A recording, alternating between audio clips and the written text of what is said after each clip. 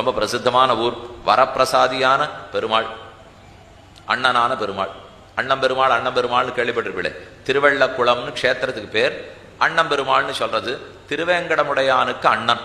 சாதாரணமா ராமன் அண்ணன் லக்ஷ்மணன் தம்பி கேள்விப்பட்டிருக்கோம், பலராமன் அண்ணன் கண்ணன் தம்பி கேள்விப்பட்டிருக்கோம். ஆனா அர்ச்சையிலே சுவாமி கோவில்ல இருக்கிற பெருமாளுக்கு கூடவா அண்ணன் தம்பி உண்டு? ஏதோ பரசுராமர் அந்த மாதிரி ராமர் ஏதோ ஒண்ணுக்கு ஒண்ணு எதிர்த்துண்டா ராமன் லக்ஷ்மணன் தெரியும், பலராமன் ராமன் தெரியும், பலராமன் கிருஷ்ணன் தெரியும். ஆனா இங்க கோவில்ல இருக்கிற பெருமாளே அண்ணன் தம்பியா? அப்போ யாரால திருவேங்கடமுடையான போய் சேவிக்கிறதுக்கு முடியாத போறதோ அவர்களெல்லாம் அண்ணன் பெருமாள் இடத்துல வரா.